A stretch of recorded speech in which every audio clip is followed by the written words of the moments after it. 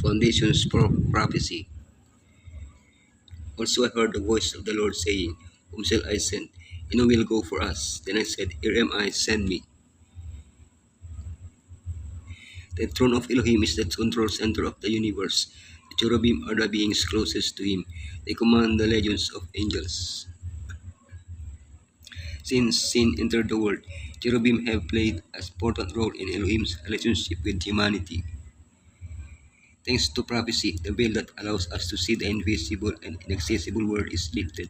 We can see these cherubs standing beside the throne, acting under Elohim's command to help us. Elohim and the cherubim, messengers of fire. What do cherubim do? A reflection of Elohim's glory. The cherubim and humanity, lion, man, ox, and eagle, replacing the fallen. Elohim and the cherubim, messengers of fire. One of the flaming creatures flew over to me with a burning coal that it had taken from the altar with a pair of metal tongs. Imagine being illuminated by a light so intense and special that all your thoughts and emotions were laid bare. That's what Isaiah experienced when he saw God's throne, Elohim's throne. His reaction, Who is me, for I am undone. Then a fiery being, in Hebrew, seraph, stopped singing the holiness of Elohim, takes a burning coal from the altar, and assures Isaiah that his sin is forgiven. Of course, the cherub didn't forgive Isaiah's sin. He simply conveyed Elohim's message, for that is the function of a cherub. And from then on, it was also the role of Isaiah. It is interesting that Yeshua said of John the Baptist, another messenger of Elohim. He was the burning and shining lamp. What do cherubim do? So he drove out the man, and he placed cherubim at the east of the Garden of Eden, and the flaming sword which turned every way to guard the way to the tree of life. The Bible first introduces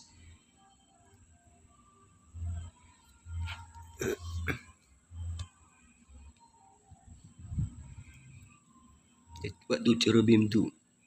So he drove out the man, and he placed cherubim at the east of the Garden of Eden, and the flaming sword which turned every way to guard the way to the tree of life. The Bible first introduces us to the cherubim immediately after Adam and Eve sinned. What work did God give them? They were to guard the way to the tree of life, that is, to prevent humans from entering the Garden of Eden. However, their presence was not intimidating.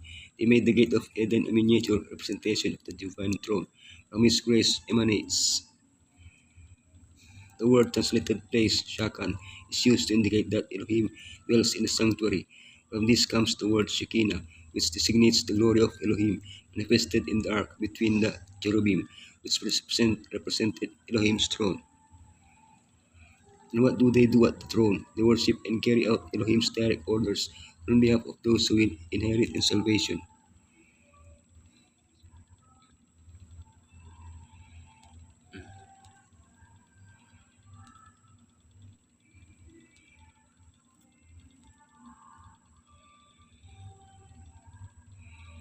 A reflection of the glory of Elohim.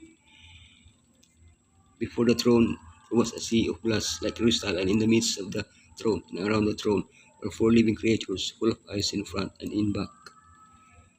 The description of the cherubim surrounding the throne of Elohim, recorded by Isaiah, Ezekiel, and John, have great similarities. Isaiah 6:1-4. Beings of fire, seraphim, six wings. They praise holy, holy, holy. They fill the temple with smoke. Ezekiel 1:5-14. Fire torches, four wings, four faces, man, lion, ox, and eagle. They shine. Revelation 4:6-8. Living beings, six wings. They praise holy, holy, holy. Like a lion, a calf, a man, and an eagle. Full of eyes. Cherubim shine and glow. The eyes are symbols of brilliance, reflecting Elohim's glory.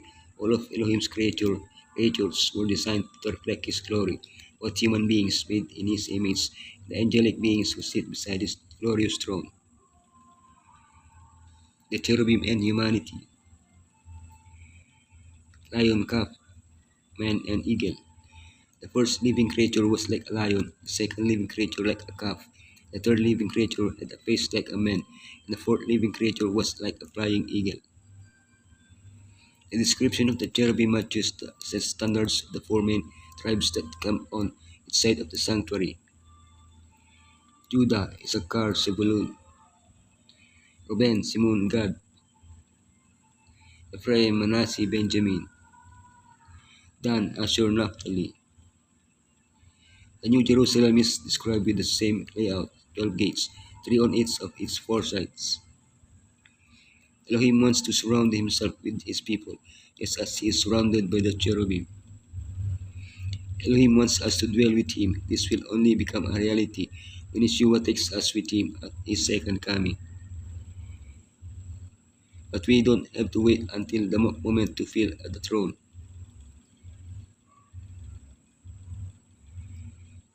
Praising the fallen. Then I looked, and behold, a lamb standing on Mount Zion, and with him 144,000, having his father's name written on their foreheads. Unfortunately, not all cherubim have performed their duties properly. There was one who filled with glory and splendor, thought that all the glory came from himself rather than from Elohim. Lucifer and his angels were on the mountain of Elohim, but they were expelled from it. Their place will be taken by those who remain faithful to the Lamb. At this wonderful miracle, the heavenly beings sing in unison, "You are worthy, Yeshua, because you were slain, and in your blood you purchased for Elohim persons from every tribe and language and people and nation. You made them to be a kingdom and priests to serve our Elohim, and they will reign."